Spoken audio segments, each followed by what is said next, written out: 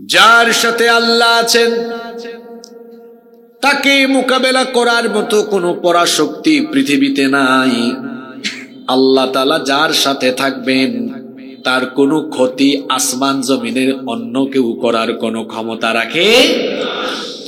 আমাদের জাতির পিতাকে আরো জোরে বলেন, তিনি কি জোর করে জাতির পিতা হয়েছেন নাকি? তাকে জাতির পিতা যিনি বানিয়েছেন, গলার আওয়াজ বড় করে সবাই বলেন তিনি কে? সেই আল্লাহ বলছেন, মিল্লাত আবিকুম ইব্রাহিম, তোমাদের মিল্লাতের পিতা হলেন ইব্রাহিম। আমাদের জাতির পিতা আল্লাহর খলিল সাইয়েদনা ইব্রাহিম আলাইহিস সালাম, তিনি যখন ঈমানের দাওয়াত আরম্ভ করলেন, এই অপরাধে নমরুদ এবং তার বাহিনী গ্রেফতার করে তার জন্য বিশাল আয়তনের আগুনের কুণ্ডলী প্রজ্বলন করলো। বিরাট একটি এলাকা জুড়ে তারা আগুন জ্বালিয়ে দিল। সেখানে ইব্রাহিম আলাইহিস সালামকে নিক্ষেপ করে তাকে তারা পুড়িয়ে মারবে। সব ধরনের আয়োজন যখন তারা সম্পন্ন করলো, ফেরেশতা এসে বললেন, ওগো আল্লাহর খলিল ইব্রাহিম, আপনাকে নমরুদ এবং তার বাহিনী কিছুক্ষণ পরে আগুনের কুণ্ডলিতে ফেলে দিবে। আহার এই অবস্থা দেখে আসমানের ফেরেশতা পর্যন্ত তারা আপনার এই অগ্নি পরীক্ষার পরিস্থিতি দেখে তারা বড় ব্যথিত, তারা বড় কষ্ট পেয়েছে। আপনি যদি আমাকে হুকুম করেন তা আমি চাইলে নমরুদের জ্বালানো এই অগ্নিকুণ্ডকে মুহূর্তের মধ্যেই আমি চাইলে সাগরের মধ্যে তা নিক্ষেপ করতে পারবো। আল্লাহু আকবার। ইব্রাহিম আলাইহিস সালাম তখন বললেন, তুমি যে আমাকে এই কথা বললে, আমাকে হেল্প করার জন্য আল্লাহ তাআলা তোমাকে আদেশ করেছেন নাকি তুমি নিজেই কথা বলছো? ফেরেশতা তখন বললেন, আমাকে আল্লাহ এখনো হুকুম করেন নাই, আমি নিজে থেকে আপনার সাহায্যের জন্য এগিয়ে এসেছি। ইব্রাহিম আলাইহিস সালাম তখন বললেন, যদি আমার রব তোমাকে হুকুম না করেন তো তোমার মতো ফেরেশতার সাহায্য আমার দরকার নাই। আমি যে অগ্নিকুণ্ডে কিছুক্ষণ পরে আমার জন্য যে আগুনের কুণ্ডলী প্রস্তুত করা হয়েছে সেখানে ঝাঁপ দিলে যদি আমার আল্লাহ খুশি হন তো আমার আল্লাহকে বলে দিও, একবার নয় দুইবার নয়, আল্লাহ যতবার চাইবেন ততবার আমি আগুনে ঝাঁপ দিতে রাজি আছি। ফেরেশতাকে তখন জাতির পিতা শোনায় দিলেন, কি সুন্দর কথা বললেন, আল্লাহ সেটাকে কোরআনের আয়াত বানিয়ে দিলেন। তিনি তখন বললেন, হাসবুনাল্লাহু ওয়া নি'মাল ওয়াকিল। হাসবুনাল্লাহ, আমার জন্য আল্লাহ যথেষ্ট, ওয়া নি'মাল ওয়াকিল, তিনি আমার অভিভাবক, আমার তোমার সাহায্যের দরকার নাই, আমার জন্য আমার আল্লাহ যথেষ্ট। সুবহানাল্লাহ। আল্লাহ তাআলা বললেন, ও আমার খলিল ইব্রাহিম, আমি তো এটাই দেখতে চেয়েছিলাম, এই আগুনের পরীক্ষায় অবতীর্ণ হয়ে আমার উপস্থিতি, আমি যে তোমার সাথে আছি এটা তুমি ফিল করতে পারো কিনা। কিন্তু এই কঠিন পরীক্ষায় তো তুমি উত্তীর্ণ হয়ে গেলে।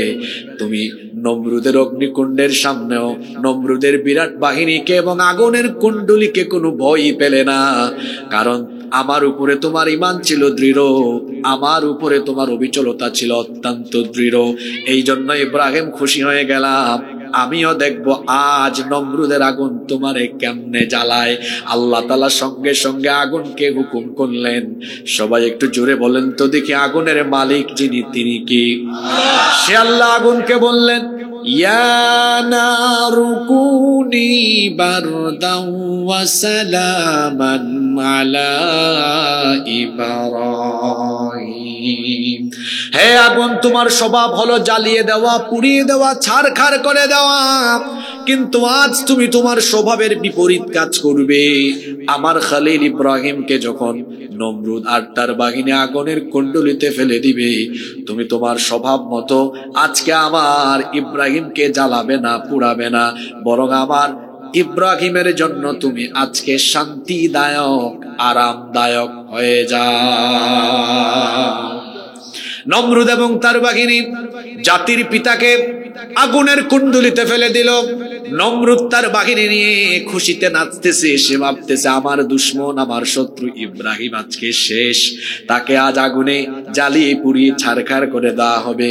সবাই যখন আনন্দে আত্মহারা, খুশিতে মাতোহারা, কিছুক্ষণ পরে এসে একজন নমরুদকে বলে, লিডার অবস্থা কিন্তু বেশি ভালো না, খুশি হওয়ার কোনো কারণ নাই। নমরুদ বলল, কেন খুশি হব না? আজকে আমার জন্য খুশির দিন, আমার জন্য আনন্দের দিন। সে বলল, না লিডার, অত বেশি খুশির খবর না। আমরা ইব্রাহিমকে আগুনের কুণ্ডলিতে ফেলেছি, কিন্তু আগুনের পাওয়ার আজকে কমে গেছে, আগুন জ্বালাতে পারে না, পুরাতেও পারে না। তাকায়া দেখেন, আগুন আজকে ইব্রাহিমের জন্য ফুল বাগান হয়ে গিয়েছে। নমরুদের জ্বালানো বিশাল অগ্নিকুণ্ড জাতির পিতার কোনো ক্ষতি সাধন করতে পারে নাই, কারণ জাতির পিতার সাথে যিনি ছিলেন, চিৎকার করে সবাই বলেন, তিনি কে? সে আল্লাহ যার সাথে থাকবেন, ওই ব্যক্তিকে কেউ কোনো ক্ষতি করতে পারবে না, ওই ব্যক্তিকে দুনিয়ার কেউ মোকাবেলা করতে পারবে। ওইদিকে আল্লাহর নবী সাইয়েদনা মুসা আলাইহিস সালাম তার উম্মত নিয়ে বড় টেনশনে, উম্মত নিয়ে বড় পেরেশানিতে আছেন, কারণ অত্যাচারী, স্বৈরাচারী, জালেম শাসক ফেরাউন মুসা নবীর উম্মত বনি ইসরাইলের উপরে অবর্ণনীয় মাত্রায় জুলুম, নির্যাতন, নিষ্পেষণ চালাচ্ছে। তিনি তার উম্মতের নাজাতের জন্য পেরেশান। এমন সময় আল্লাহ একদিন তাকে বললেন, আজকে রাতের বেলা তোমার উম্মত নিয়ে মিশর ত্যাগ করো, হিজরত করে অন্যত্র রওনা করো। আল্লাহ নবী মুসা আলাইহিস সালাম তিনি আল্লাহর হুকুম মোতাবেক তার উম্মত বনি ইসরাইলকে নিয়ে অজানা গন্তব্যে রওনা করলেন। এই খবর ফেরাউনের কানে চলে গেল। ফেরাউনও তার বাহিনী নিয়ে পেছন থেকে ধাওয়া করলো। সারা রাত চলতে চলতে দিনের আলো যখন ফুটে উঠলো, মুসা নবী তার উম্মত নিয়ে এমন জায়গায় এখন সামনে যাওয়া যাচ্ছে না, কারণ সামনে লোহিত সাগর। কিছুক্ষণ সেখানে অবস্থান করার পরে পেছন দিকে তাকায় দেখলেন পিছনে ফেরাউনের বাহিনী।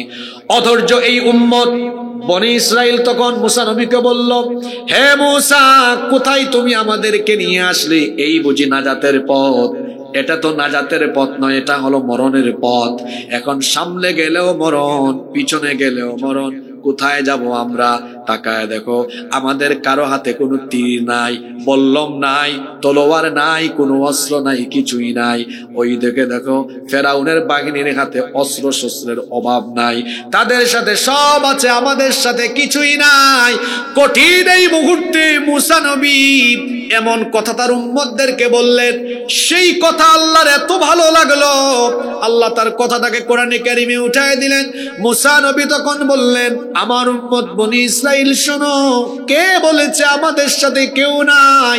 অবশ্যই আমাদের সাথে এক শক্তিমান, মহা সর্বশক্তিমান সত্তা আছেন, তোমরা সেটা উপলব্ধি করতে পারছো না।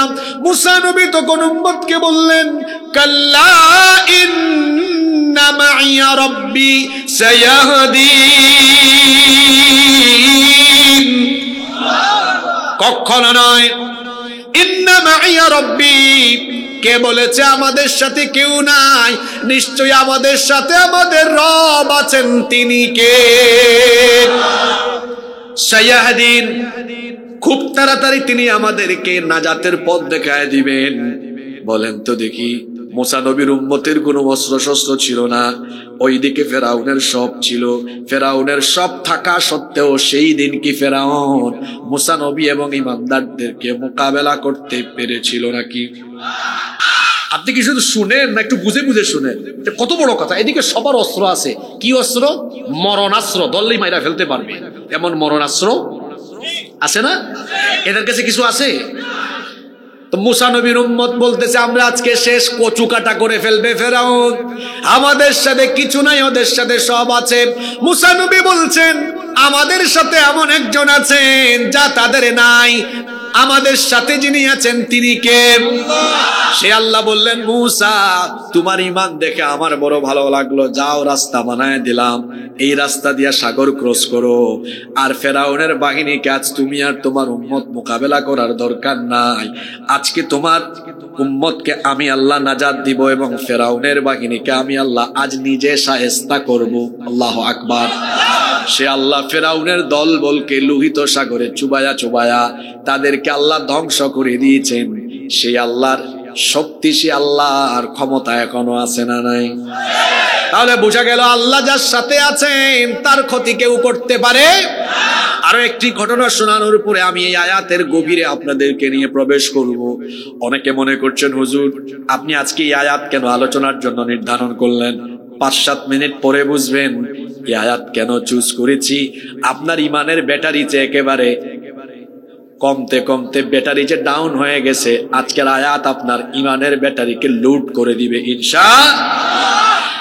আল্লাহর নবী, আমাদের প্রিয় নবী রাহমাতাল লিল আলামিন মুহাম্মাদুর রাসূলুল্লাহ, সবাই আমার সাথে পড়েন সাল্লাল্লাহু আলাইহি ওয়াসাল্লাম। মক্কায় কাফের মুশরিকদের কঠিন জুলুম, নির্যাতন, নিষ্পেষণ এর সম্মুখীন যখন হয়ে গেলেন, আল্লাহর হুকুমে হিজরতের আদেশ পাওয়ার পরে তিনি এবার তার সফর সাথী আবু বকর সিদ্দিক রাদিয়াল্লাহু আনহুকে নিয়ে তিনি রাতের অন্ধকারে মক্কা ত্যাগ করলেন, হিজরতের উদ্দেশ্যে রওনা করলেন। পথ চলতে চলতে ফজরের ওয়াক্ত হয়ে যাচ্ছে। এমন সময় আবু বকর রাদিয়াল্লাহু আনহু বললেন, ওগো আল্লাহর হাবিব, দিন শুরু হতে চলেছে, যদি সূর্য উঠে যায় আর আমরা এভাবেই পথ চলতে থাকি, কাফেরদের নজর আমরা এড়াতে পারবো না, তারা ধরে ফেললে আমাদেরকে কঠিন শাস্তির সম্মুখীন করবে, চলেন আমরা এই গারে সূরে অবস্থান নেই। তারা তখন ফজরের ঠিক আগ মুহূর্তে গারে সূরের মধ্যে অবস্থান নিলেন। এত ছোট একটি গুহা, খুবই সংকীর্ণ। এই সংকীর্ণ গুহায় তারা যখন অবস্থান নিলেন, দিনের বেলা কাফিরের দল এই গুহার একেবারে কাছাকাছি চলে আসলো। আবু বকর রাদিয়াল্লাহু আনহু তিনি তখন বললেন, ওগো আল্লাহর নবী, মনে হয় আজ আমরা ধরা পড়ে গিয়েছি, কারণ এটা এত ছোট আর সংকীর্ণ গুহা। আমরা একটু মাথা উঁচু করে বসলে উপর থেকে দেখা যায়, কাছে আসলে পরে গুহার ভেতরে কে আছে তা বোঝা যায়। সম্ভবত কিছুক্ষণের মধ্যে আমরা ধরা পড়ে যাব। আমরা সংখ্যায় কম, তারা সংখ্যায় বেশি, ওদের কাছে অস্ত্র শস্ত্র সব আছে, আমাদের সাথে তো কিছুই নাই। আল্লাহর নবী তখন তার হিজরতের সাথী আবু বকর রাদিয়াল্লাহু আনহুকে এমন এক কথা বললেন, আল্লাহর এই কথাটা এত ভালো লাগলো, আল্লাহ এটাও কোরআনে কারিমে উঠাইয়া দিলেন। আল্লাহর নবী তখন আবু বকর রাদিয়াল্লাহু আনহুকে বললেন, আবু বকর, কে বলেছে আমরা দুইজন? কে বলেছে আমরা আমাদের সাথে আর কেউ নাই? আমরা দুইজন নয়, আমাদের সাথে আরো একজন আছেন। তিনি বলে দিলেন, লা তাহজান ইন্নাল্লাহা মা'ানা, ভয় পেও না, নিশ্চয়ই আমাদের সাথে আছেন কি? আল্লাহ। মহিলার মতো না, পুরুষ মানুষের মতো বলেন, আমাদের সাথে আছেন কি? আল্লাহ। তিনটা ঘটনা থেকে তিনটা আয়াত তেলাওয়াত করে কি বোঝাতে চাইলাম? ইব্রাহিম নবীর কাহিনী বললাম, আল্লাহ ছিলেন, আগুন পুরাইতে পারে নাই। মুসা নবীর কাহিনী বললাম, আল্লাহ ছিলেন, ফেরাউন মারতে পারে নাই, উল্টা মরেছে। নবীজির কাহিনীটা টান দিলাম, দুইজন ছিলেন, গুহায় অবস্থান নিয়েছেন, কাফিররা কাছে এসেছে, ধরতে পারে নাই, সাথে ছিলেন কে? আল্লাহ। সে আল্লাহ যার সাথে থাকবেন, সেই মুসলমানকে মোকাবেলা করার শক্তি দুনিয়ার কারোর মধ্যেই থাকবে না। বসেন, ওনারে বসান।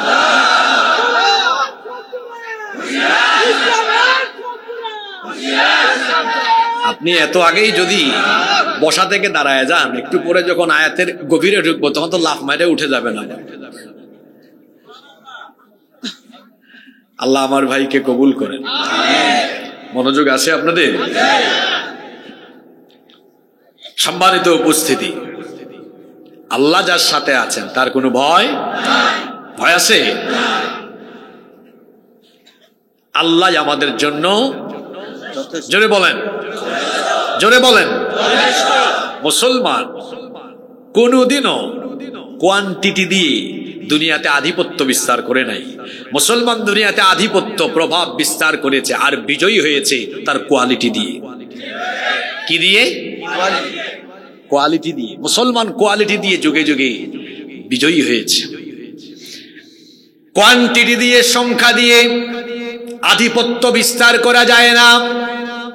বক্কর সক্কর কোটি কোটি মানুষ দিয়ে আপনার কিছুই হবে না। কোয়ালিটি ফুল কয়েক হাজার মানুষ দিয়ে আপনি যেটা করতে পারবেন। তাহলে বোঝা গেল কোয়ান্টিটি গুরুত্বপূর্ণ নয়, কোয়ালিটি গুরুত্বপূর্ণ। ব্যবসার ক্ষেত্রেও তাই। যদি কোয়ালিটিফুল প্রোডাক্ট হয়, দোকানে যদি পণ্য কম হয় বেচা কেনা বেশি হবে, আর কোয়ান্টিটি বেশি হয় কিন্তু আপনার পণ্য ভালো না, ব্যবসায় শুধু লস খাবেন।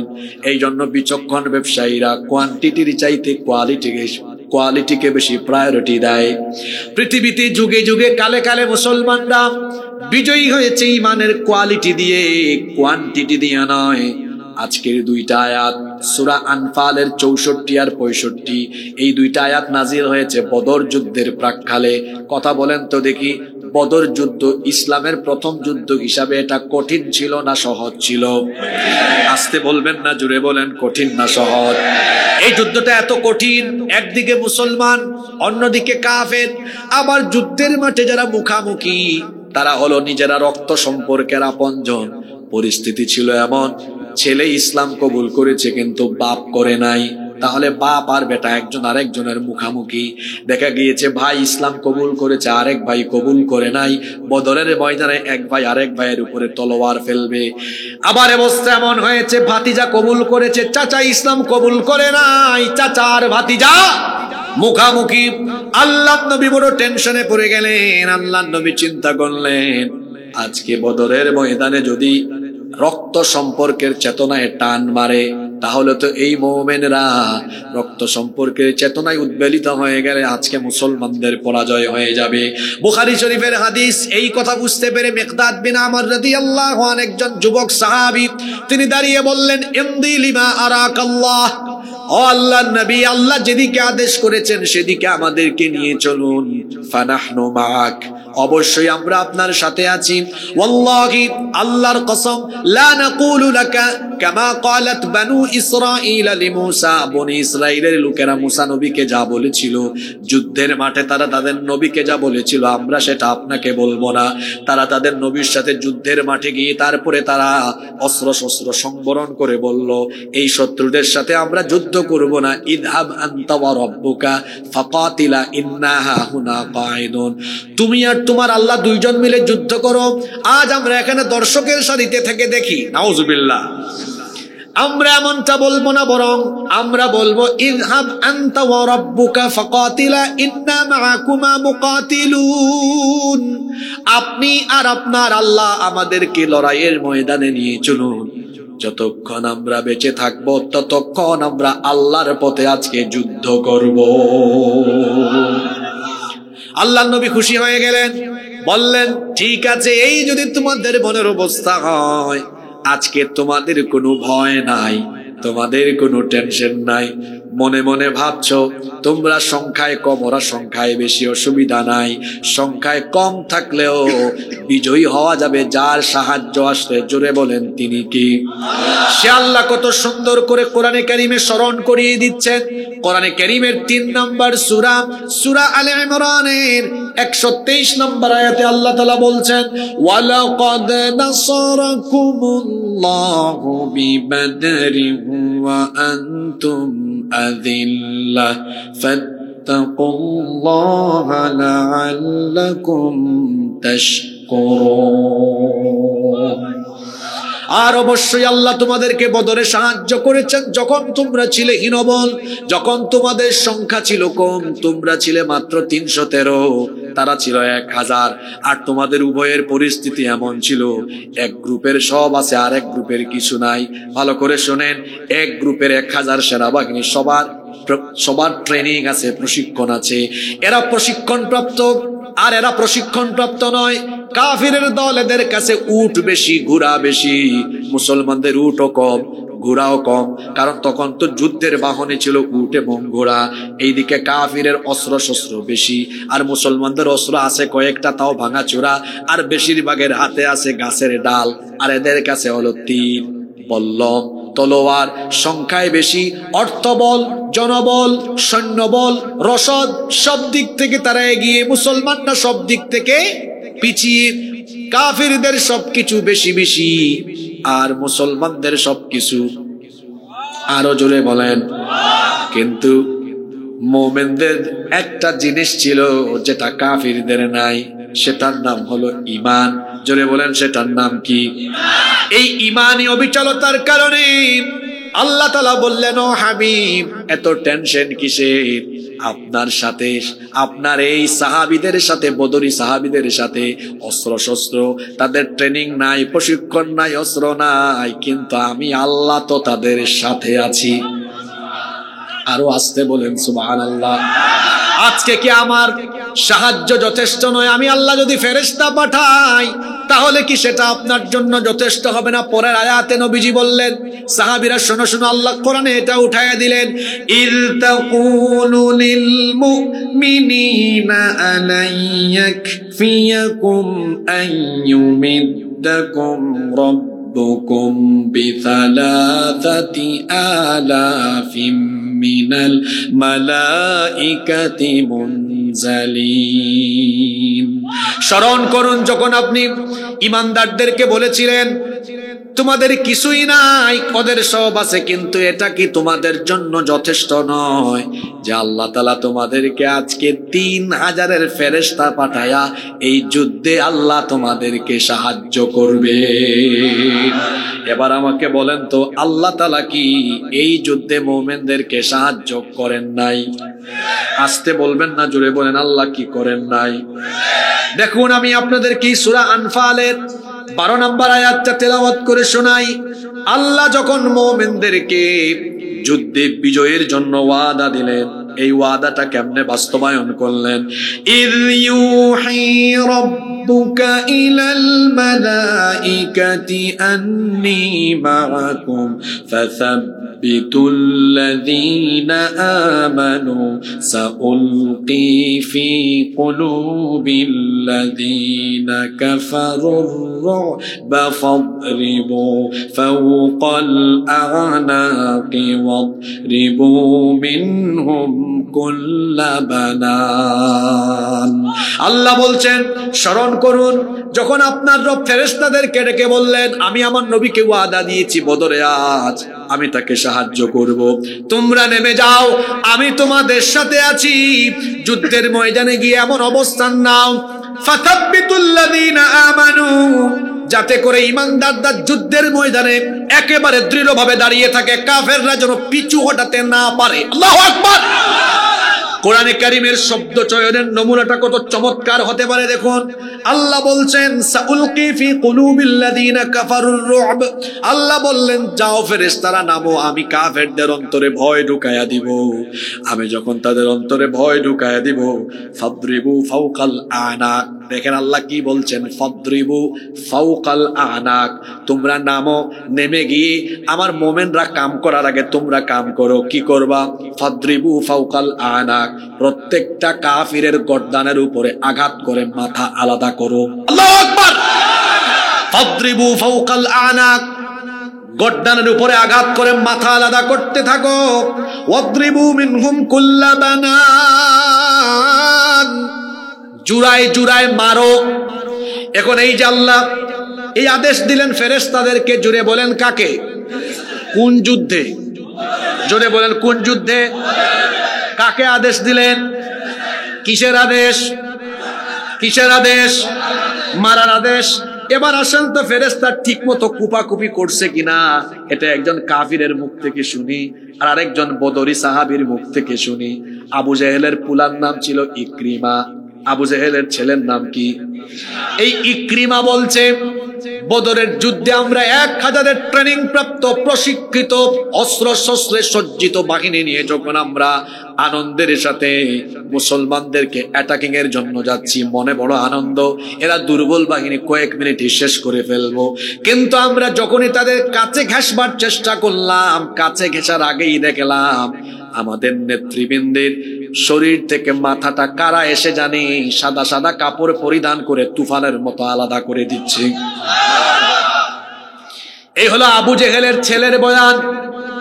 আরেকজন বদরি সাহাবী আবু দাউদ ইবনে মাজিনা রাদিয়াল্লাহু আনহু তিনি বলছেন, আমি এক মুশরিকের গায়ে আঘাত করতে যাব, আমি তলোয়ারটা উঁচু করে ধরলাম।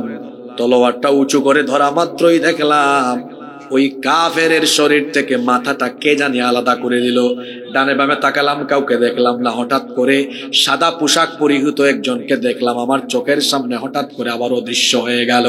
এইভাবে করে আল্লাহ তাআলা দুর্বল 313 জন মুমিন যারা ছিলেন ইমানের কোয়ালিটিতে ডেভেলপড, ইমানের কোয়ালিটিতে সমৃদ্ধ, ইমানের কোয়ালিটিতে সমৃদ্ধ থাকার কারণে কোয়ান্টিটিতে সমৃদ্ধ, প্রশিক্ষণে সমৃদ্ধ 1000 কাফেরের বিরাট সৈন্যবাহিনীকে ফেরেশতা পাঠায়া শায়েস্তা করে বদরের যুদ্ধে ইমানের কোয়ালিটিতে উত্তীর্ণ মুমিনদেরকে যিনি বিজয় দিয়েছেন তিনি কি? সে আল্লাহ এখন আর নাই, থাকলেও আগের মতো পাওয়ার নাই। জোরে বলেন। বলবেন হুজুর তো এই আয়াত তিলাওয়াত করে এতগুলো রেফারেন্স টেনে আনলেন কেন? কেন জানেন না? আজ পাশের দেশ আমাদেরকে ভয় দেখায়। ঠিক আছে কথা? পপুলেশন কম, মিলিটারি কম, তোমাদের তেমন কিছুই নাই, ব্যাককলের দল। কে বলেছে আমাদের কিছু নাই? আমাদের এমন জিনিস আছে যা তোমাদের নাই। আমাদের ঈমান আছে, তোমাদের ঈমান নাই।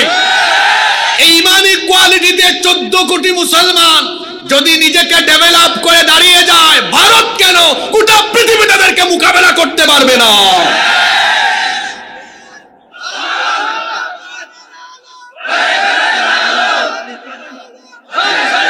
আমি চাইছিলাম আপনাদেরকে একবারের সুযোগ দিব না, আর 10-15টা মিনিট অপেক্ষা করেন, দিব না। আমার বাকি কথাগুলো বলতে দিবেন না আমারে? আজকে আলোচনার জন্য আয়াত চুজ করলাম কয়টা, আমি এখনো একটার ভিতরে আছি। পরের আয়াত এত সাংঘাতিক, এই আয়াত আপনার ইমানের বেটা দিকে 10% থেকে মুহূর্তে 90% উঠাবে। কি বিশ্বাস হয়? আমি তো এখন প্রথমটাতেই আছি, 64তে আছি। 65তে যখন যাব আপনার ব্যাটারি দেখেন না, এখন কিছু অ্যাডাপ্টার বের হইছে, কি বলে এটাকে, ফাস্ট চার্জিং। কি ফাস্ট চার্জিং বের হইছে না? এই আয়াতটাও এই কঠিন সময়ের জন্য আপনার ইমানকে ফাস্ট চার্জিং করে দিবে। জোরে বলেন ইনশাআল্লাহ। আগামীকালকে আবার কমিটিকে বলবেন না যে হুজুর থেকে আসছে রাজনৈতিক ওয়াজ করে গেছে। না, এটা রাজনৈতিক ওয়াজ না। আমি সব জায়গায় আমল আখলাকের বয়ান করি বেশি, কিন্তু পরিস্থিতি বুঝে কথা বলা এটাও বক্তৃতার একটা আর্ট। দেশে চলবে যুদ্ধ আর আপনি তখন নামাজে দাঁড়িয়ে থাকবেন। আপনার দেশের স্বাধীনতা সার্বভৌমত্বই যদি ঠিক না থাকে, আপনি নামাজ আদায় করবেন কিভাবে? দেশের স্বাধীনতার সার্বভৌমত্ব রক্ষা আর ইসলাম রক্ষায় কাজ করা মুসলমানের জন্য ফরজে আইন। এখানে হাসতেছে কারা? আসেন একটু মাইকের সামনে আসেন, একটু হাসাই আপনারে। কেউ কোনো কথা বললেন না, কেউ কোনো কথা বললেন না, নীরব থাকতে পারবেন তো? সিরাজগঞ্জের মানুষ তো বলো সিরাজ, এমনি আপনারা সূর্যের মতো আলোকোজ্জ্বল। এখান থেকে আভা কিরণ সারা বাংলাদেশে ছড়াবে ইনশাআল্লাহ। আল্লাহ সবাইকে কবুল করেন। যার সাথে আল্লাহ আছেন তার কোনো ক্ষতি কেউ করতে পারে। তাহলে মুসলমান কোয়ান্টিটি দিয়ে নয়, মুসলমান বিজয়ী হয় কি দিয়ে? জোরে বলেন কি দিয়ে? এবার আমরা বললাম আল্লাহ আমাদের কোয়ালিটি থাকলে আমাদের পাওয়ার আপনি কেমনে বাড়াবেন, আমাদের শক্তি আপনি কতটুকু বৃদ্ধি করে দিবেন? আল্লাহ জবাবে বললেন শোনো। এবার আসেন পরের আয়াতে চলে যাই। আল্লাহ তাআলা এবার বলছেন যদি কোয়ালিটি থাকে তো কি হবে শোনো। আল্লাহ তাআলা কত সুন্দর করে আমাদেরকে বলছেন ইয়া আইয়ুহান নাবিয়্যু হাররিদিল মুমিনিনা আলাল কিতাল। হে নবী, মুমিনদেরকে আপনি যুদ্ধের ব্যাপারে ইনকারেজ করেন। হাররিদ, এই আরবি শব্দের অর্থ হলো ইনকারেজ করা, উদ্বুদ্ধ করা, উৎসাহিত করা। হে নবী, হাররিদুল মুমিনিনা আলাল কিতাল, মুমিনদেরকে যুদ্ধের ব্যাপারে, লড়াইয়ের ব্যাপারে আপনি উৎসাহিত করেন। কারণ যুদ্ধ কোনো ভয় ভীতির নাম নয়। মুসলমানরা যেন যুদ্ধের কথা শুনলে আনন্দিত হয়। কারণ মুসলমান যুদ্ধে অবতীর্ণ হলে তার জন্য সুখবর আছে দুইটা। জোরে বলেন কয়টা? এক নম্বর সুখবর হলো, যদি এই যুদ্ধে সে অবতীর্ণ হয়, তার শক্তি আল্লাহ নিজে বাড়িয়ে দিবেন, আল্লাহ তারে সাহায্য করবেন, এই ওয়াদাকার। দুই নম্বর কারণ, মুসলমান এই কারণে খুশি হবে, যুদ্ধে যদি তার জীবনও চলে যায়, হারানোর কিছু নাই। যুদ্ধে যদি তার জীবন চলে যায়, বিনা হিসাবে, বিনা বিচারে শহীদ হিসাবে আল্লাহ তাকে জান্নাত দান করে দিবে। এজন্য আল্লাহ বলছেন, নবী, মুমিনদেরকে যুদ্ধের ব্যাপারে আপনি উৎসাহিত করেন। যদি 2024 সালে যদি কোরআন নাজিল হওয়ার কোন সিস্টেম থাকতো, তাহলে আমার মনে হয় আল্লাহ আয়াতটা এইভাবে নাজিল করতেন, যুদ্ধের কথা শুনলে ভয় পেও না, তোমরা উৎসাহিত হও, উদ্বুদ্ধ হও। তার কারণ হলো, তোমাদের যদি ইমানি কোয়ালিটি থাকে, শক্তি আমি আল্লাহ কেমনে বাড়ায়া দিব শোনেন। ইয়াকুম মিনকুম 20 সাবিরুনা ইয়াগলিবু মিআতাইন। যদি যুদ্ধের ময়দানে অবিচল থাকা, দৃঢ় থাকা তোমাদের সংখ্যা মাত্র 20 জন হয়, এমন শক্তি তোমাদেরকে আমি দিব, 200 জনকে তোমরা 20 জন মোকাবেলা করতে পারবে। হ্যাঁ, আলেম ওলামারা আছেন, খায়বার যুদ্ধের কথা জানেন না? আলী রাদিয়াল্লাহু আনহু একটা কি হাতে নিয়েছিলেন? কপাট। কপাট, এই কপাটকে কয়েকজন লাগে আলগাইতে। অথচ নবীজি বললেন, আজকে আল্লাহ খায়বারের বিজয় তোমার হাতে দিবেন। ওই দিন আল্লাহ তার শরীরে এত শক্তি দিয়েছেন, এক হাতে তলোয়ার, আরেক হাতে কপাট নিয়ে একদম ঠিসঠাস। বুঝছেন তো? যুদ্ধ শেষ হওয়ার পরে আলী রাদিয়াল্লাহু আনহু ওই কপাট যখন আলগাইতে যাবেন, একটু আলগাইতে পারেন। তিনি শরম পাইছেন। মুসলমানরা কিভাবে যে মনে হয় এই বীরত্বের কথা মিথ্যা। আল্লাহর নবী বললেন, এটা মিথ্যা নয়। যখন আমার আলী কাফেরদের মোকাবেলা ঈমান নিয়ে দাঁড়িয়েছে, আল্লাহ তার শরীরে এই শক্তি দান করেছেন। জুলাই আগস্টে এত শক্তি এদেশের মানুষ কোথার থেকে পেয়েছে? এই শক্তির উৎস কি? কথা বলেন। চিন্তা করেন ব্যাপারটা। গুলি দাঁড়াইলেই গুলি করে, কথা বলাও যায় না, দাঁড়ালেই গুলি করে দেয়, ধরে নিয়ে আয়না ঘরে ঢুকায় দেয়। এরপরেও এদেশের ছাত্র জনতা বুক ভরা সাহস, ইমানি চেতনা আর দেশপ্রেম নিয়ে যখন দাঁড়িয়েছে, আল্লাহ তাদেরকে সাহায্য করেছেন।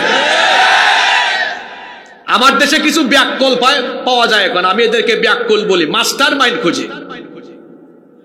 উনি প্ল্যান মেকার, উনি মাস্টার মাইন্ড। কিসের মাস্টার মাইন্ড? এখানে সফলতা যার সাহায্যে এসেছে তিনি কে? জোরে বলেন, তিনি কে? আল্লাহ বলছেন, ইমানি কোয়ালিটি নিয়ে যদি দাঁড়াও, 20 জনের গায়ে এত শক্তি দিব, 200 জনকে মোকাবেলা করতে পারবে। মোল্লার কথা না আল্লাহর কথা? বাড়িতে গিয়ে আজকে 64-65 নাম্বার আয়াত এভাবে খুলে তর্জমা সহ পড়বেন, ইমানের ব্যাটারিটারে চার্জ দিবেন ইনশাআল্লাহ। আয়াত কিন্তু শেষ না। এরপরে আল্লাহ বলছেন, ওয়া ইয়াকুম মিনকুম মিআতুন ইয়াগলিবু আলফাম মিনাল্লাযীনা কাফারু বিআন্নাহুম কওমুন লা ইয়াফকাহুন। আর ইমানি কোয়ালিটিতে সমৃদ্ধ মুসলমানের সংখ্যা যদি 100 হয়, তাহলে এমন শক্তি দিব 100 জন 1000 জনকে পরাজিত করে দিবে। দেখি বলেন তো, 20 জনে 20 জনে এইদিকে মানুষ বেশি, বলেন 20 জনে 100 জনে ভাগ করলে একজনের ভাগে পড়ে কয়জন? বলে না, একটা অঙ্ক করতেছি। কয়জন? এই হিসাবটা কি আমার নিজের মন গড়া না কোরআনের? জোরে বলেন। তাহলে বাংলাদেশকে তারা যে হুমকি দেয় 14 কোটি 5 মিনিটে কাভার করে ফেলবো, শেষ করে ফেলবো, ব্যাককলের দল। এখানে 20 কোটি মানুষ আছে, 14 কোটি মুসলমান আছে, কিন্তু এক একজন মুসলমান ইমানি কোয়ালিটি নিয়ে দাঁড়ালে একজন থাকে না, একজন হয় 10 জন। তো 14 কোটিকে 10 দিয়ে গুণ করলে হয় কত? জোরে বলেন। তোদের জনসংখ্যা 130, এর মধ্যে 30 কোটি আমাদের জাত। জোরে বলেন কি? 30 গুণ 10 300 কোটি, আর এইদিকে 140 কোটি, 440 কোটি। পাটা পুতাইলের মাঝখানে থাকলে যা হয়, এইদিকে বাংলাদেশ, ওইদিকে ভারতের মুসলমান, পাটা পুতাইলের মাঝখানে ঢুকায় তোমাদেরকে শেষ করে ফেলবে। 14 কোটি মুসলমানের সামনে আল্লাহর দুশ্মন 100 কোটি দাঁড়িয়েও কিছুই করতে পারবে। আমরা যুদ্ধ চাই না, আমরা শান্তি চাই, শান্তির পক্ষে। তবে মুসলমান সব সময় ডিফেন্সিভ ভূমিকায় থাকে, ডিফেন্সিভ ভূমিকায়, কখনো আক্রমণাত্মক না। মুসলমানরা আক্রমণ করে না, তবে আমরা শান্তিপ্রিয় হলেও আমরা কিন্তু বড় তেজস্বী, আমরা বীরের জাত। আক্রান্ত হলে কাউকে ছাড় দেই না, আমরা কাউকে আগে মারতে যাই না। কিন্তু আপনি আমাকে আঘাত করবেন, থাপ্পড় লাগাবেন, আর আমি মাথা নিচের দিকে দিয়ে বসে থাকবো। মুসলমানের স্বভাবে মন নয়, মুসলমান তো বীরের জাতি, মাথা উঁচু করে দাঁড়ালে পায়ের তলায় পড়ে থাকা লাগবে। আজ ভারত বাংলাদেশের সাথে যে উত্তেজনাকর পরিস্থিতি সৃষ্টি করেছে, তার জন্য তারা নিজেরা দায়ী। কিরকম? 5ই আগস্টের পর থেকে আজ 8 ডিসেম্বর পর্যন্ত তারা তাদের মিডিয়ায় মিথ্যাচার, অপপ্রচার একচেটিয়া চালিয়ে 2 দেশকে আজ এই উত্তেজনাকর পরিস্থিতির সম্মুখীন করেছে। 5 আগস্টের পর থেকে তাদের মিডিয়ায় অপপ্রচার হয়েছে বাংলাদেশে নাকি হিন্দুদের বাড়িঘর, অমুসলিমরা এখানে নাকি নির্যাতিত বাড়িঘর পুড়ায় দেওয়া হচ্ছে। এই কথাটা কি বাস্তবতা? হলো এদেশে হিন্দুরা, সংখ্যালঘুরা জামাইয়া ধরে আছে। বরং বিপরীত চিত্র ভারতে, সেখানে মুসলমানরা সংখ্যালঘু হিসাবে অত্যন্ত নির্যাতিত অবস্থায় আছে। গুজরাটে, সিকিমে, হায়দ্রাবাদে, কাশ্মীরে আরএসএস এর গুন্ডারা আর উগ্রবাদী বিজেপি জঙ্গিরা কি করেছে তা আমাদের অজানা নয়। গত সপ্তাহে তো 4 জন ভাইকে মসজিদে তারা হত্যা করেছে। আমার দেশকে গৃহযুদ্ধের দিকে ঠেলে দেওয়ার জন্য তারা তাদের 5 গোলামদেরকে সাথে নিয়ে অসৎ উদ্দেশ্যে বিভিন্ন পরিকল্পনা করে এই বাংলাদেশকে অস্থিতিশীল করার সব ধরনের অপচেষ্টা করছে। কিন্তু আমরা ঐক্যবদ্ধ থাকলে তাদের প্রত্যেকটি কূটকৌশল এবং ষড়যন্ত্রকে আমরা ব্যর্থ করে দিব ইনশাআল্লাহ। সর্বশেষ, আপনারা আছেন না ঘুমাই গেছেন? আমি খুব জরুরি কিছু কথা বলবো, মনোযোগ থাকা লাগবে, থাকবে তো? আমি একটা হাদিস পড়বো, যে হাদিসটা নবীজি এই যে আজকের উত্তেজনা করে পরিস্থিতি, এই যুদ্ধাবস্থা, এটা 1500 বছর আগে ভবিষ্যৎবাণী করে গিয়েছেন মুহাম্মাদুর রাসূলুল্লাহ সাল্লাল্লাহু আলাইহি ওয়াসাল্লাম। একটু অপেক্ষা করেন, 2টা মিনিট হাদিসটা পড়বো। তার আগে বলছি, সর্বশেষ ইসকন নামে এক উগ্রবাদী সংগঠন দিয়ে বাংলাদেশের পরিস্থিতিকে আজ কত জটিল করে ফেলা হয়েছে। ইসকন এর চিন্ময় কুমার দাস ব্রহ্মচারীর বক্তব্য ইউটিউবে আছে। আগের সরকারের আমলে সে কি বক্তব্য দিয়েছে আপনারা এটা শুনবেন। ভারতীয় আধিপত্যবাদ কায়েমে, ভারতীয় এজেন্ডা বাস্তবায়নে ইসকন কাজ করছে। ইসকন হলো একটি সন্ত্রাসী সংগঠন যা পৃথিবীর বেশ কয়েকটি দেশে নিষিদ্ধ। Malaysia, Singapore, Indonesia, Pakistan, Afghanistan, Uzbekistan, Kazakhstan, Turkmenistan, Saudi Arab সহ অনেকগুলো দেশে রাষ্ট্রীয়ভাবে এরা নিষিদ্ধ। কি কারণে নিষিদ্ধ? কারণ এদের কর্মকাণ্ডগুলো ধর্মভিত্তিক নয়, বরং এদের কর্মকাণ্ডগুলো উস্কানিমূলক। ইসকনের ফুল নেম হচ্ছে international society for Krishna consciousness, বাংলায় যার অর্থ হলো আন্তর্জাতিক কৃষ্ণ ভাবনামৃত সংঘ। এর হেডকোয়ার্টার ভারতের পশ্চিমবঙ্গের নদিয়া জেলার মায়াপুরে, কিন্তু এই সংগঠন 1966 সালে প্রতিষ্ঠা হয়েছে মার্কিন যুক্তরাষ্ট্রের নিউ ইয়র্কে। আর এর প্রতিষ্ঠাতা হলো অভয়চরণ অরবিন্দ ভক্তি বেদান্ত স্বামী প্রভুপাদ। এর এত লম্বা নাম, তার নামের শেষে আসে প্রভুপাদ। তার প্রভুপাদের পাদ কেটে এই প্রভু অংশ তার অনুসারীদের অনেকে ধার করে ওই দিকে নিসবত করেছে, এজন্য তার অনুসারী অনেকের নামের শেষে প্রভু আছে। চিন্ময় জানেন না আপনারা, ওইখান থেকে এটা ধার করে আনা, কর্জ করে আনা, ওইদিকে নিসবত করেছে। নিসবত বুঝেন তো, আলেমরা আছেন এখানে, নিসবত সম্পর্কযুক্ত করেছে ওই দিকে। শুনেন এবার আশ্চর্যজনক তথ্য হলো, যে ব্যক্তি এই সংগঠন প্রতিষ্ঠা করেছে সে হিন্দুদের শিক্ষালয়ে পড়াশোনা করে নাই, পড়াশোনা করেছে খ্রিস্টানদের চার্চে। বলা হয় এটি নাকি হিন্দুদের ধর্মীয় সংগঠন, কিন্তু বাস্তব কথা হলো এটা হিন্দু লেবাসধারী ইহুদি নিয়ন্ত্রিত সংগঠন। এই সংগঠনের মূল চেতনা হলো পৃথিবীকে মুসলমান মুক্ত করো। বুঝে থাকলে বলেন, পৃথিবীকে কি মুক্ত করো? এটা কাদের চেতনা? ইসকনের চেতনা। কাদের চেতনা?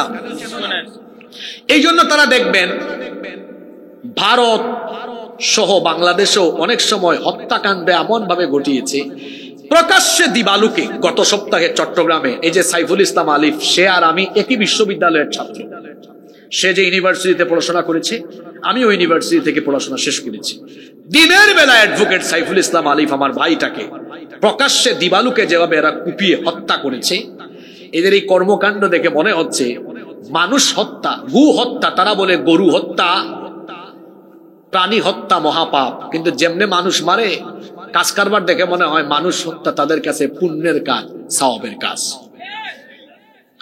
দিনের বেলা যেভাবে আমার এক ভাইকে দিবালুকে মানুষের সামনে কুপিয়ে হত্যা করেছে, এর থেকে প্রমাণ হয় এই ইসকন, এই সংগঠনটি হলো গুন্ডা পান্ডা আর সন্ত্রাস লালন পালনকারী একটি জঙ্গিবাদী দল। এই জন্য সরকারকে আমরা আহ্বান করব, জঙ্গিবাদী উগ্রবাদী চরমপন্থী সংগঠন হিসাবে বাংলাদেশে রাষ্ট্রীয়ভাবে ইসকনকে নিষিদ্ধ করতে হবে। শুধু তাই নয়, এই হত্যাকাণ্ডে যারা সম্পৃক্ত গ্রেফতার করার পরে দ্রুত ট্রাইব্যুনালে বিচার আরম্ভ করে প্রত্যেক আসামিকে ফাঁসির কাস্টে ঝুলাতে হবে। সম্মানিত ভাইয়েরা, এই চিন্ময় কুমারকে ধরেছে, আইনজীবী হত্যা হয়েছে। উচিত ছিল ভারত সরকার থেকে বিবৃতি দিলে আইনজীবী হত্যার ব্যাপারে দুঃখ প্রকাশ করা, না, তারা চিন্ময়ের ব্যাপারে বিবৃতি দিয়েছে, আইনজীবী হত্যার ব্যাপারে দুঃখ প্রকাশ করে নাই। ভারতের পররাষ্ট্র মন্ত্রণালয় এই বিবৃতি দিয়ে প্রমাণ করেছে তারা গুন্ডা পান্ডা আর সন্ত্রাসীদেরকে লালন পালন করে। আগরতলায় আমাদের উপ হাই কমিশনকে হামলা করেছে, উপ হাই কমিশনে হামলা করেছে। তারপরে ওইদিকে উগ্রবাদী হিন্দু বিজেপি উগ্রবাদী নেতা শুভেন্দু বেনাপুল পেট্রোপোল সীমান্তে সমাবেশ করে বলেছেন, আমরা সীমান্ত অবরোধ করব, কোনো পণ্য বাংলাদেশে ঢুকতে দিব না।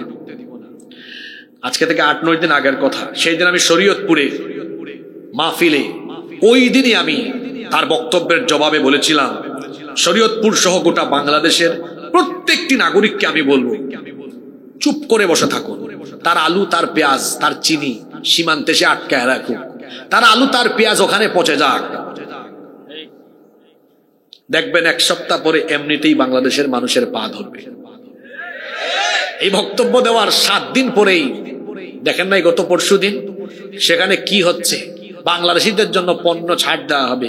ভারতের কলকাতার এক টিভি চ্যানেলের সাংবাদিক রাস্তায় একজনকে ধরেছে, সে বলেছে খুব কষ্ট হচ্ছে আমাদের, আধা পেট খেয়ে আছি গো। আমি এটা শুনে বললাম, আরো কিছুক্ষণ সবর করেন, না খায়া মরে যাবেন গো। তাদের রপ্তানি বাণিজ্যের আয়ের বেশিরভাগ অংশ বাংলাদেশ থেকে যায়। যদি বাংলাদেশের মানুষ তোমাদের থেকে পণ্য না কিনে তোরা না খায়া মরে যাবি। এমনিতেই নাই টয়লেট, বিবিসি বলছে 60 কোটি মানুষ, ভারতের জনসংখ্যার 60 কোটি মানুষ খোলা জায়গায় পায়খানা করে। এটা বিবিসির রিপোর্ট। কত কোটি? আর মমতা ব্যানার্জি ওইদিকে বলছেন, দাঁড়ান আপনার নিয়ে একটু বলি, আপনি পাইচা গেছেন, আপনার দেশে আমাদের মতো হুজুর নাই, কারণ আমাদের দেশের হুজুররা কিন্তু সব অন্যায়ের প্রতিবাদ করে। বিবিসি বলেছে, বিবিসির প্রতিবেদন এটা। আপনি প্রায় 100 কোটি টাকার উপরে স্যানিটাইজেশন থেকে দুর্নীতি করেছেন। আপনার কলকাতার মানুষকে, আমি নিজে 2017 সালে একবার ওই যে দক্ষিণ 24 পরগনায় মাহফিলে গিয়েছি, বুঝছেন তো, রাতের বেলা মাহফিল শেষ করে মসজিদ পাশে ইস্তিনজা করে বাড়িতে ঢুকেছে। সকালবেলা ওই যে নেতাজি সুভাষচন্দ্র বসু এয়ারপোর্ট থেকে ফ্লাইট হবে ঢাকায়, তো আমি ওই বাড়িতে অবস্থান নিলাম। ফজরের আজানের সময় উঠছি, ওই বাড়ির ছেলে ও কলকাতা ইউনিভার্সিটিতে পড়ে, তারে বললাম আমাকে একটু ওয়াশরুমে নিয়ে যাও। তো সে বললো হুজুর আসেন, ঘর থেকে বাইর করলো। আমি ভাবলাম আমাদের দেশেও তো অনেক গ্রামে টয়লেট অনেকের বাড়ির বাহিরে থাকতে পারে এরকম, কিন্তু হে খালি আমার নিয়ে হাঁটে। আমি বলি ভাই কই যান? কই হুজুর যাচ্ছি তো। না জঙ্গলে না, শোনেন, যাইতে যাইতে হঠাৎ করে বলে হুজুর আমি দাঁড়ায় আছি, আপনি সুজাচ্ছ, আপনি যান ওখানে গিয়ে আপনি দেখবেন টয়লেট আছে। আমি ভাবছি সত্যি মনে হয় আছে। অনেকক্ষণ আগাইছি, আগায় দেখি কিছুই নাই। আমি ফিরে এসে বললাম ভাই দেখি তো কিছুই পাইলাম না। কয় হুজুর কেন, আপনি দেখেন নাই এই টাইমে অনেকেই কাম সারে? আমি বললাম রে তুই আমারে খেজুর ভাবছো, আমি তো হুজুর, আমি এই কাম করবো কিভাবে? কয় হুজুর আমাদের এখানে এইভাবেই কাম সারে। বললাম ভাই দরকার নাই, তুই আমার নিয়ে মসজিদে যা। আমি মসজিদে গেলাম, গিয়ে সেখানে ইস্তিনজা করে ওযু করে নামাজ আদায় করলাম। এই হলো ওদের অবস্থা। তোদের নাই টয়লেট, স্যানিটাইজেশন ব্যবস্থা ভালো না। এখন আমার দেশের মানুষকে চিকিৎসার জন্য আর পণ্য রফতানিতে বাধা দিয়ে তোদের পরিণতি তোরা নিজেরাই এত ভয়ঙ্কর করবি, না খাইয়া তোরা মরে যাবি। গত সপ্তাহে আমার বাংলাদেশি অসুস্থ মানুষের উপরে তোমরা মানসিক টর্চার চালিয়েছো, বলেছো ভারতীয় পতাকাকে প্রণাম করে চিকিৎসা নিতে হবে। সেখানে রোগী কমে গিয়েছে, এখন বাংলাদেশিরা যাচ্ছে না। এখন দেখছেন 30% 50% ডিসকাউন্ট বাংলাদেশিদের জন্য, আলাদা হেল্পলাইন। বাংলাদেশের মানুষ এভাবে যদি আর কয়েকটা মাস ওখানে না যায়, আমার বিশ্বাস কুত্তার বাকালেজ এমনি সোজা হয়ে যাবে। অন্যদিকে আমি আরেকটা কথা আমার চিকিৎসক ভাইদেরকে বলবো, চিকিৎসক ভাই বোনদেরকে, মেডিকেল সায়েন্সের যে বই পড়ে ভারতীয়রা ডাক্তার হয়েছে, মেডিকেল সায়েন্সের সেম বই পড়ে আপনারাও ডাক্তার হয়েছে। আমি মনে করি আমার দেশের ডাক্তাররা আরো মেধাবী। শুধুমাত্র যদি আন্তরিকতা আপনারা চিকিৎসা ব্যবস্থায় বাড়াতে পারেন, ভারতের চাইতে উন্নত চিকিৎসা বাংলাদেশে দেওয়া যাবে। আমি আমার চিকিৎসক ভাই বোনদেরকে অনুরোধ করব, আপনারা দেশপ্রেমে উদ্বুদ্ধ হয়ে মানবতার সেবায় নিজেদেরকে উদ্বুদ্ধ করুন। আল্লাহ তাদেরকে কবুল করেন। কষ্ট হচ্ছে আপনাদের? এবার আসি আসল কথায়। এই উত্তেজনাকর পরিস্থিতি ভারতের মিডিয়া তৈরি করে এখন তারা কি বলতেছে? এখন দেখবেন ওদের দেশের কিছু মিডিয়া আছে, এখানে দেখবেন সাংবাদিকরা ব্যাং যেমন লাফায় তারাও তেমনি খালি লাফায়। ওই যে একটা আছে রিপাবলিক বাংলার ময়ূখ রঞ্জন, তো ও দেখলাম বিরাট বড় ডিসপ্লেতে বাংলাদেশের পতাকা এনে তারপরে বলতেছে এই যে বাংলাদেশেরও চিকেন নেক আছে, রংপুর, সিলেট, চট্টগ্রাম। আমার বাড়ি কোথায় জানেন তো আপনারা? আমাদের সিলেটে মানুষ যারা সীমান্তে বসবাস করে, আমার বাড়িও মোটামুটি এক সীমান্তে পড়েছে। তো সিলেটের মানুষ একটু মজা করে হেসে দিয়ে বলেছে অসুবিধা নাই, আইয়া হামাও, আমরা রেডি আছি, আইলে বাদাম দেব। কিতা দেব? আঞ্চলিক ভাষা আর কি। আইলে কিতা দেব? আইয়া হামাও, খালি হামাও মানে ঢুকো, হামাও মানে আমরা বলেছি আইয়া হামাও, হামাইলে কিতা দেব? চিনে নাই সিলেটিদেরকে। শাহজালাল রহমতুল্লাহ আলাইহির উত্তরসূরি আমরা। চিনেন শাহজালাল রহমতুল্লাহ আলাইকে, যিনি গৌর গোবিন্দকে সিলেট থেকে উৎখাত করে দিয়েছেন? সেই শাহজালালের রুহানি সন্তানরা সিলেটে আছে। 1 ইঞ্চি জমিনের উপরে চোখ দিলে সেই চক্ষুকে সিলেটের মানুষ উপড়ে ফেলবে। আর কি বলে চট্টগ্রাম কে বাংলাদেশ থেকে আলাদা করে দিবে। এই ময়ূখ রঞ্জন, চট্টগ্রাম তোর বাপ দাদার নাকি রে? হ্যাঁ, যৌতুক দিবেন কেমনে? পালায়া তো গেছে, ইচ্ছা করে দিলে না কাম করতেন নাকি? পালায়া যাওয়ার কারণে এখন জোর করে যৌতুক নেয়। ওই ভাই একটু ফান করে বলছে আর কেন, আমিও কি বলছি আপনারা বুঝছেন নাকি? নাকি পালায়া যাওয়ার অপরাধে যৌতুক চায়? যৌতুক হোক আর যাই হোক, ৭১-এর পর থেকে এখন পর্যন্ত তারা আজ অবধি কখনো আমাদের সাথে বন্ধুত্বপূর্ণ ইনসাফপূর্ণ আচরণ করেনি। প্রভুগিরি দাদাগিরি দেখিয়েছে, আমার দেশের সব নিয়েছে, রুট, রেল, ট্রানজিট সব নেয়, আর বিনিময়ে দেয় সীমান্তে ফেলানির লাশ, দেয় শুকনা মৌসুমে পানি দেয় না, বর্ষা মৌসুমে তিস্তার ব্যারেজ খুলে দিয়ে ডুবায় আমারে দেয়, ঠিক কিনা? বহুত দাদাগিরি প্রভুগিরি দেখিয়েছ। এখন এই জেন জি এর ছেলেরা আর নেক্সট জেনারেশন, আলফা জেনারেশন, এরা সবাই অত্যন্ত বিপ্লবী। এখানে যদি প্রভুগিরি আর দাদাগিরি খাটাতে চাও, বরদাস্ত করবে না দেশের ২০ কোটি মানুষ। ভারত সরকারকে বলবো, উগ্রবাদী বিজেপি সরকারের সরকার প্রধান, আরএসএস নিয়ন্ত্রিত, আপনি আমরা জানি। নরেন্দ্র মোদীকে বলবো, আপনি ক্ষমা চান। পালা কিন্তু এখন আপনার আর মিশরের সিসির।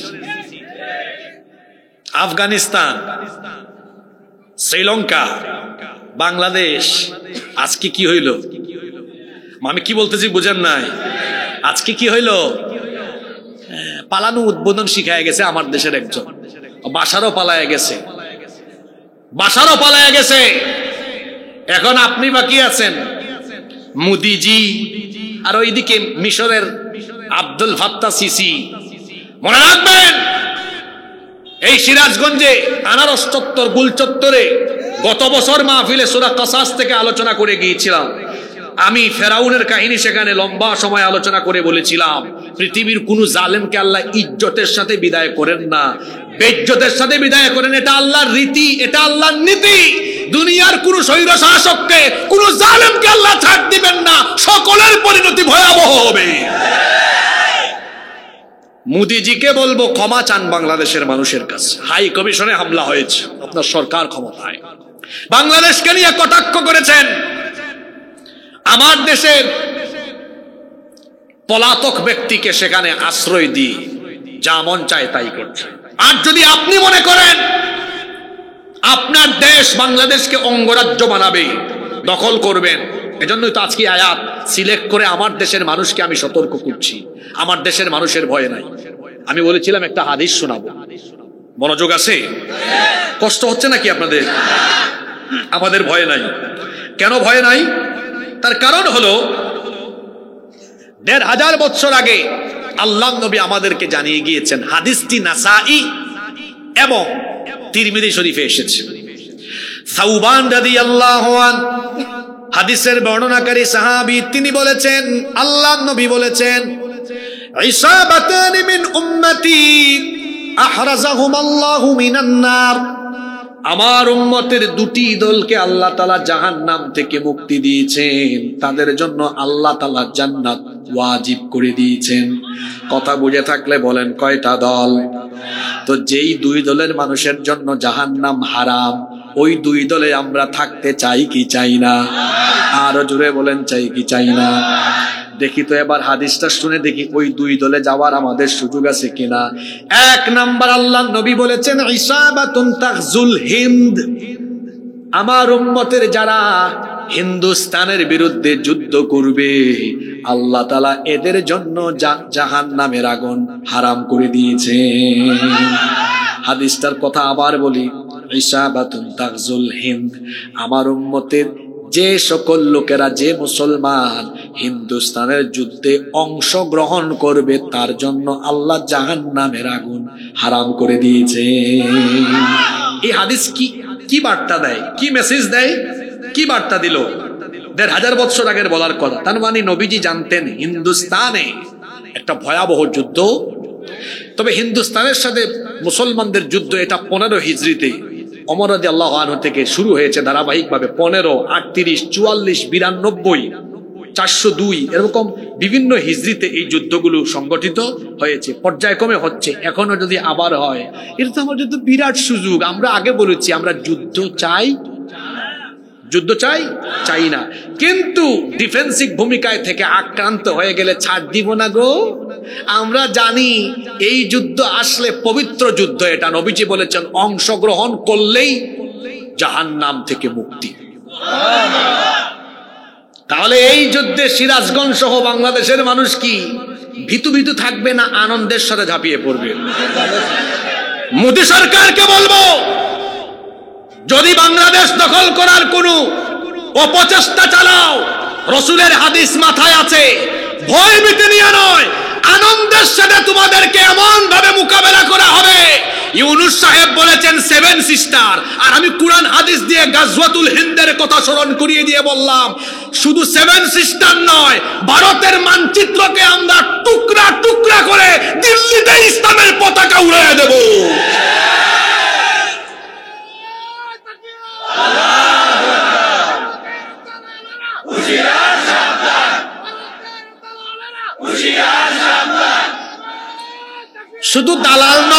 শুধু দালাল নয়, ভারতও সাবধান হোক।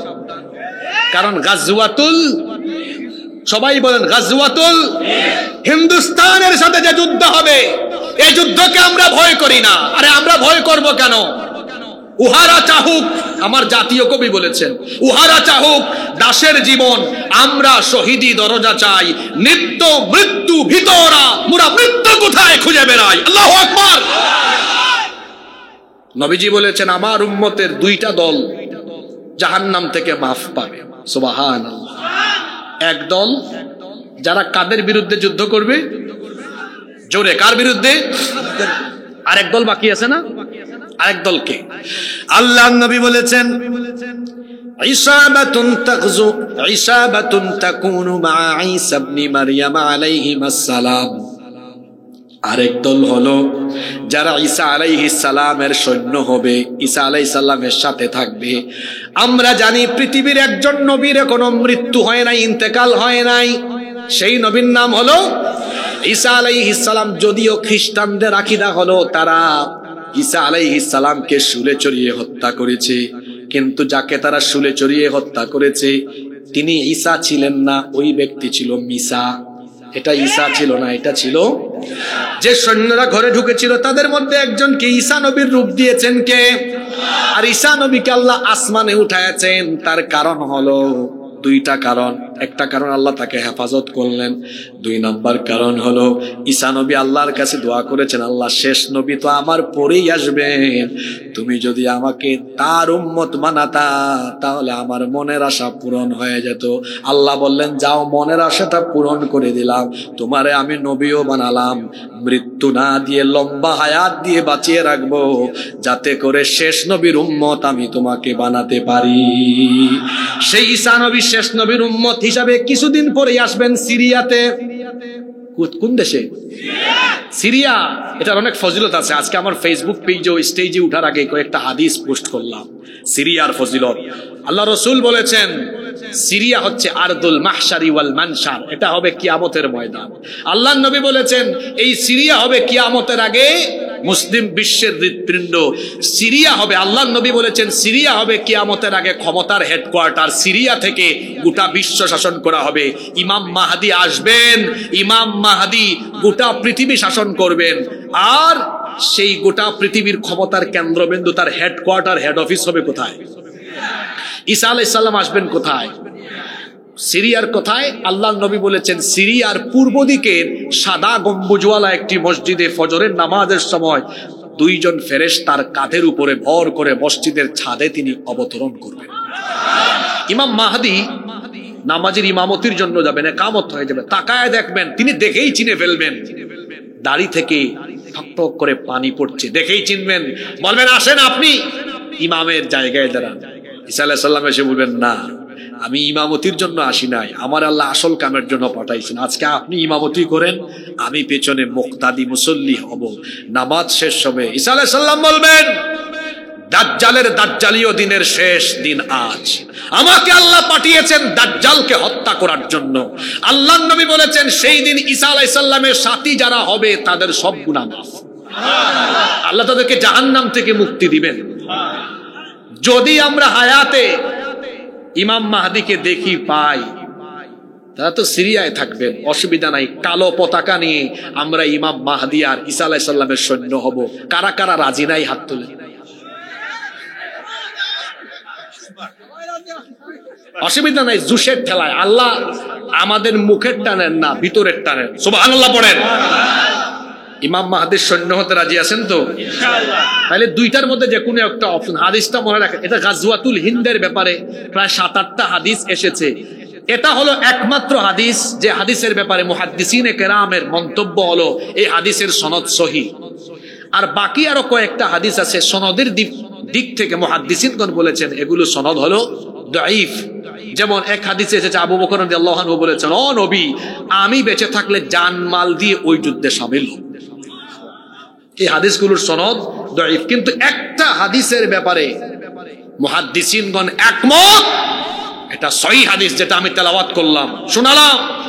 আমার উম্মতের দুই দলকে আল্লাহ জাহান্নাম থেকে মুক্তি দিবেন। এক দল যারা হিন্দুস্তানের বিরুদ্ধে যুদ্ধ করবে, আরেক দল যারা ঈসা আলাইহিস সালামের অনুসারী হবে। এই দুই দলে থাকতে কারা কারা রাজি? দুই হাত তুলে দেখান তো।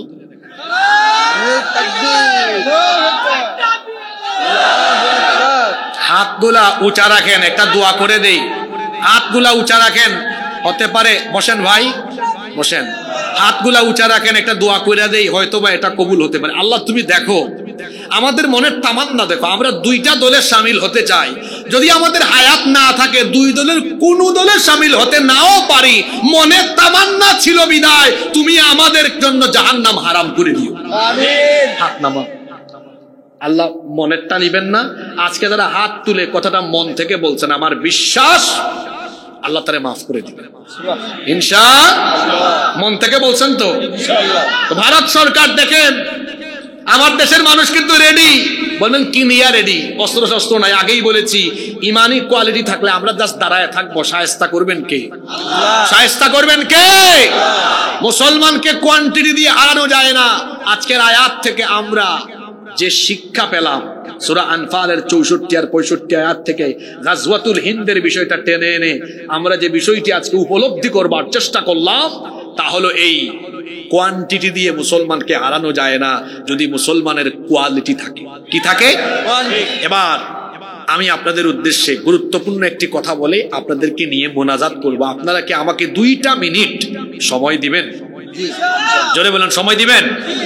তাইলে কিসের কোয়ালিটি থাকলে আমাদের সাথে কেউ পারবে না? জোরে বলেন, কিসের কোয়ালিটি? আজকে মহিলা প্যান্ডেল আছে, এই কথাটা মা বোনদের উদ্দেশ্য, মা বোন সবার উদ্দেশ্যে। তাইলে ইমানের কোয়ালিটি থাকলে আমাদের সাথে কেউ পারবে না। তাহলে বোঝা গেল ইমানের কোয়ালিটি বাড়াতে হবে। এখন প্রশ্ন হলো, হুজুর তাহলে ইমানের কোয়ালিটি বাড়ানোর ওষুধ দেন। ইমানের কোয়ালিটি বাড়ানোর ওষুধ হলো, জোরে বলেন, জোরে বলেন, আল কোরআন। এই কোরআন দিয়ে ইমানের কোয়ালিটি বাড়াতে হয়। শুধু কি ওয়াজ করে আর বছরে একদিন ওয়াজ শুনে না। তাহলে ইমানের কোয়ালিটি বাড়ানোর সিলেবাস আছে। এই যে এখানে কলেজের স্যার আছেন, যে ছাত্ররা ভালো রেজাল্ট করে, যারা ক্যারিয়ার এস্টাবলিশ করে, তারা কিন্তু স্টুডেন্ট লাইফ থেকে তাদের একাডেমিক অ্যাক্টিভিটি, এরপরে আরো কুকারিকুলাম অন্যান্য অ্যাক্টিভিটিস এবং এক্সট্রা অর্ডিনারি নিয়ে অনেক কিছু দিয়ে তার কোয়ালিটি ডেভেলপ করে আগে।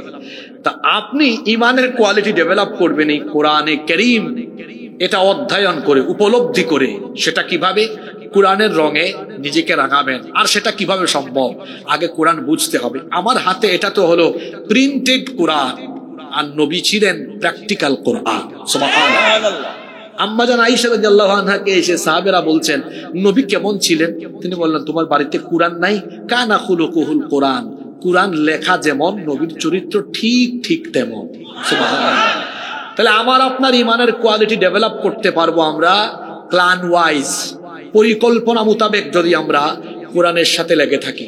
আজকে 3 ধরনের পরিকল্পনা দিয়ে যাচ্ছি। এটা সিলেবাস বললে সিলেবাস, আউটলাইন বললে আউটলাইন, 3 রকমের দিয়ে যাচ্ছে। আমার দিকে তাকান, 1 মিনিট সময় দেন।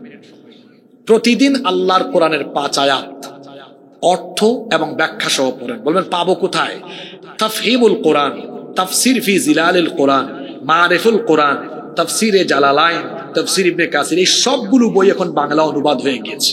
যে কোনো এক সেট তাফসির বাড়িতে কিনে রাখেন, পরিবারের সব সদস্য মিলে ফজরের পরে মাত্র 5 আয়াত অর্থ ব্যাখ্যা সহ পড়তে সময় লাগবে 15 থেকে 16 মিনিট, 20 মিনিট সময় লাগবে। 5 আয়াত করে পড়লে আমার কাছে হিসাব আছে পুরা কোরআন শেষ করতে সময় লাগবে মাত্র 4 বছর। করে পড়লে সময় লাগবে 2 বছর, 20 আয়াত করে পড়লে সময় লাগবে। এবার চুজ করেন আপনারা 20, 10 না 5।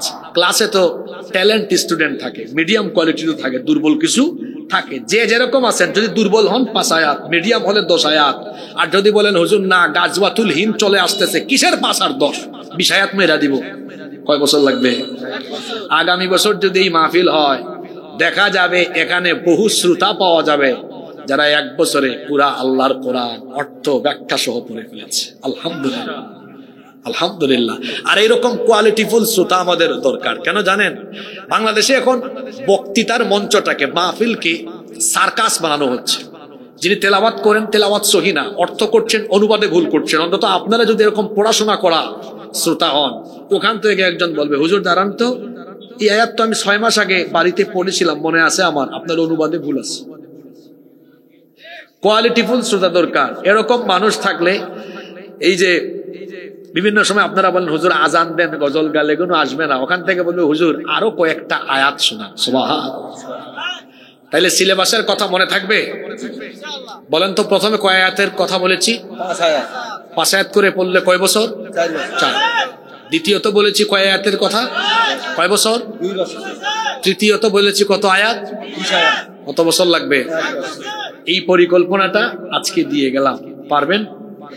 তাহলে আজকে আলোচনার শিক্ষাটা 1 লাইনে 1 বাক্যে বলে দিই। আজকে 64 আর 65 সূরা আনফালের এই 2টি আয়াত তেলাওয়াত করে আমরা বুঝতে পেরেছি, ইমানের কোয়ালিটি থাকলে পৃথিবীর কোন শক্তি আমাদেরকে হারাতে, আর ইমানের কোয়ালিটি বাড়াতে হয়। জোরে বলেন, কোরআন শুনে না কোরআন বুঝে? বুঝার জন্য পড়ার দরকার আছে না? আমরা প্রতিদিন আল্লাহর কোরআনের 5 হোক, 10 হোক আর 20 হোক অর্থ সহ বাড়িতে পড়বো। কারা কারা রাজি আছেন? আল্লাহ সবাইকে কবুল করেন।